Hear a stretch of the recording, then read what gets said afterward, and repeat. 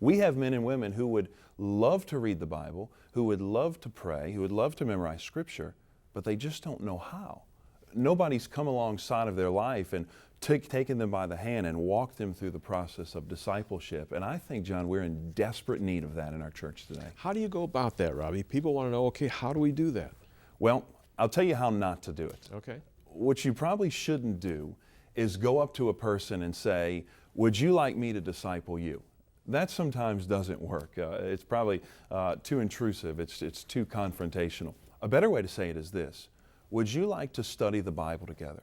Would you like to meet once a week to memorize Scripture? Would you like to meet once a week to be accountable to one another in the discipleship process? I've been challenged to make disciples because when I crossed the threshold of faith, two men came into my life, Tim LaFleur and David Platt.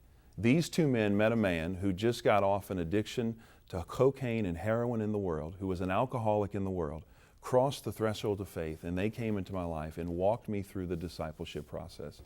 Now I have been so impacted by discipleship. I'm a product of discipleship that I invest my life into guys. 9 guys right now, John, every week I invest my life into, and I teach them how to pray. We walk through life together. We hold each other accountable. We study the doctrines of the faith. We study theology, but we also study how to treat their wives, how to raise their kids, how to walk through Scripture together.